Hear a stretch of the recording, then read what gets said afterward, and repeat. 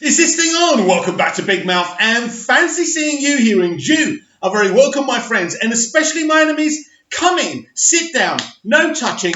I don't do the touching. And welcome, a very warm welcome, by the way, to Sunday's edition of the DCEU Daily. Now, if you don't think that Warner Brothers' aggressive stance on blocking Access Media at last night's red carpet to the LA premiere of the Joker movie has nothing to do with the Snyder Cut and isn't good news for the Snyder Cut, you haven't been paying attention. This is absolutely massive and is connected to Zack Snyder's cut of Justice League, because since 2013, Warner Brothers have taken a lot of heat for the DC movies that they've made. Man of Steel, Batman v Superman, and to a lesser extent, Suicide Squad. They've been accused of making kind of really dark movies when they should be making happy, tickly under the chin movies. And they've had enough. We saw what Access Media did to Kevin Sugihara. They put him in such a position, he made such a stupid decision in what he did with Justice League. That's the pressure they put on him. And I blame them more than him. What he did was stupid. He should have been stronger, but they have done this. And finally, with all these lies that Access Media have been spreading about the Joker movie, oh, it's dangerous. It's going to inspire serial killers. You could be shot dead in the cinema. Stuff that's ridiculous. Why they've been doing this?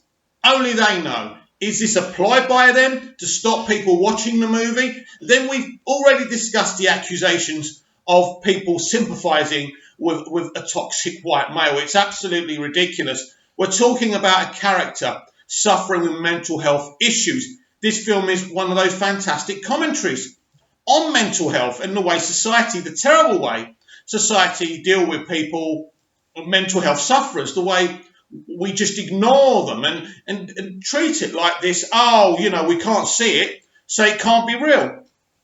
It's a great commentary. And just because the character is a white male, probably in his 40s, this film is representing everyone who suffers with mental health. Women of colour, women, men of colour, Greek men, anyone, right? And that's the beauty of this film. And it's actually a great Joker origin film in itself. I promise you, if you go and watch the Joker movie, the Joker will not come out, he will not kill you, he will not do anything. The whole thing's a nonsense, the whole thing's laughable. But Warner Brothers' stance is absolutely important for the Snyder Cut. It says that they've had enough and they're going to stand up for artistic freedom, for people who make films for them to have the freedom to do what the hell they want. If David F. Sandberg wants to make a nice, light DC movie like Shazam, he can do it.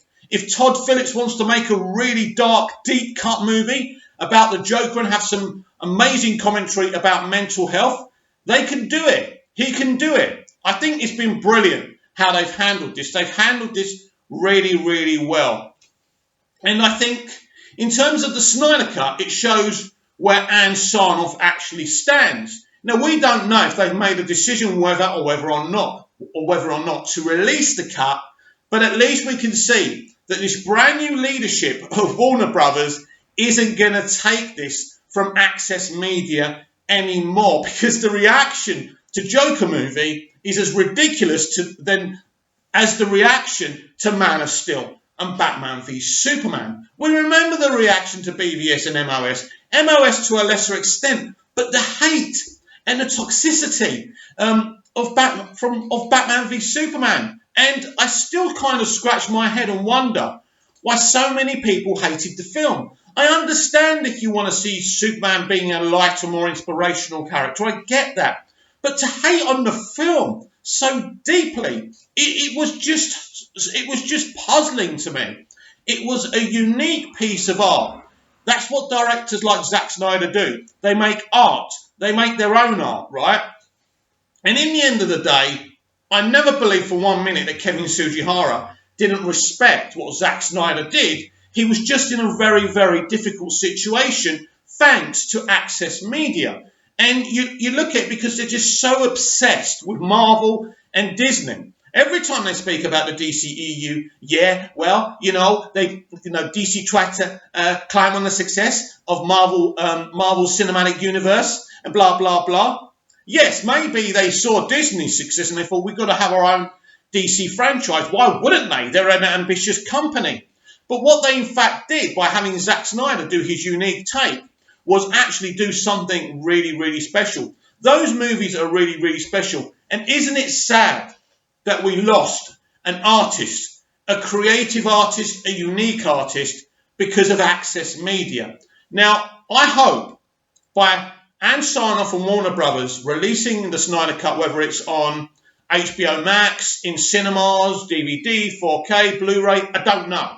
I don't care how they do it as long as we can see it, because we have to see it. Because what happened there, thanks to Access Media, was wrong. And by seeing Ann Sarnoff's stance on banning Access Media, interviewing Joaquin Phoenix and Todd Phillips, is a very, very big statement. It's a statement of intent. So if we can have this film out and maybe even have Zack Snyder back. Now, I don't know how that can happen or what their plans are. And of course, with J.J. Abrams pretty much having the freedom of Warner Brothers now, all that kind of muddies the water. Who is going to be running the DC cinematic universe? Is it still Walter Hamada, who's doing a wonderful job? And I mean, without Walter Hamada, we wouldn't be getting this wonderful Joker movie. Or will it be J.J. Abrams taking over? Or can Walter Hamada and J.J. Abrams work together? It's all going to be very interesting because we don't really know what role at Warner Brothers J.J. Abrams is going to make. All we know is that Warner Brothers paid a lot of money for Bad Robot to make content for them. But what does that mean for J.J. Abrams? Is he going to have... I mean, the rumour is that J.J. and his wife insisted on Ann Sarnoff being the CEO. Now, I have no problem with that because Ann's credentials are second to none. No one can question it. No one can question Ann Sarnoff being the CEO of Warner Brothers. I think she's exactly a perfect fit for the studio. Listen, I'm a Warner Brothers fan. I support Warner Brothers like I support Manchester United Football Club.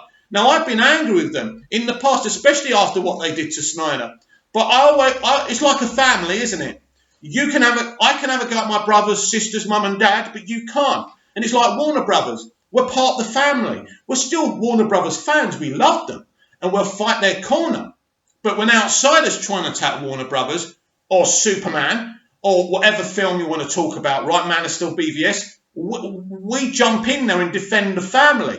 I think we're all part of the Warner Brothers family because we believe that Warner Brothers' heart is in the right place. Because if it wasn't, they would never have allowed Christopher Nolan to bring in Zack Snyder to make MOS and BVS. I'm glad that they did.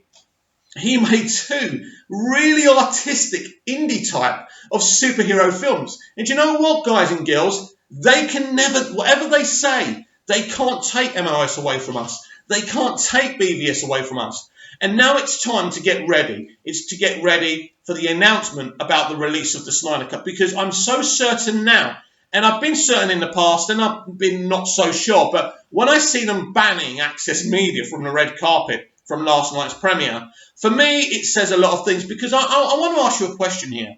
Imagine being Joaquin Phoenix and someone puts a microphone in your face and says, do you know that your performance could inspire a serial killer, could inspire somebody to kill a lot of people? Or they ask him, do you know what? People could die in a cinema because of you, because of your performance, because of Todd Phillips. Imagine being Todd or Joaquin, having that microphone in your face, being asked such horrible questions. What would that do to a human being? It would mess them up. Joaquin Phoenix is a guy who lost his brother at a very young age. His brother, River, was going to be a big superstar. That inspired him to be an actor. They're an acting family, a nice family. And to be treated like this, basically because Joaquin is a white man, Joaquin's never done anything to hurt anyone, as far as I know, right? He doesn't deserve this because SJWs and the extreme left, not my left, as I always say, are pushing this agenda. It's a crazy agenda and it has to stop. We have to look at films. We have to look at their content. I see SJWs on Twitter all the time making comments about Joker, and these are just randoms who couldn't possibly of seeing the movie. I'm lucky. I've seen the Joker movie. I've seen the test screening. I'm lucky. I saw the test screening for Wonder Woman 84. And we'll discuss that as the weeks and months come. And by the way, I'm expecting a Wonder Woman 1984 trailer in December. So get excited about that, and we'll talk about the trailer, but I'm not going to give you any spoilers from what I saw from the test screening. These are very exciting times to be a DC fan. We're seeing what they're doing with Crisis on Infinite Earths as well. Brandon Routh, former Superman from Superman Returns, is looking amazing. And changing the subject from what I was just talking about, it really has got some people who didn't appreciate Superman Returns to actually appreciate it, because Superman Returns is a film with some great CGI and some bad CGI. The last scene when he's flying towards the Earth, kind of around the Earth, like in the original Superman movies, that's rubbish CGI. But the bullet in the eye, when he saves the plane, they are still some of the best Superman sequences I'd ever seen. And there's some wonderful ones in Man of Steel, and even in Superman the movie. You think about Superman the movie, made in 1978, and how amazing that film has grown old.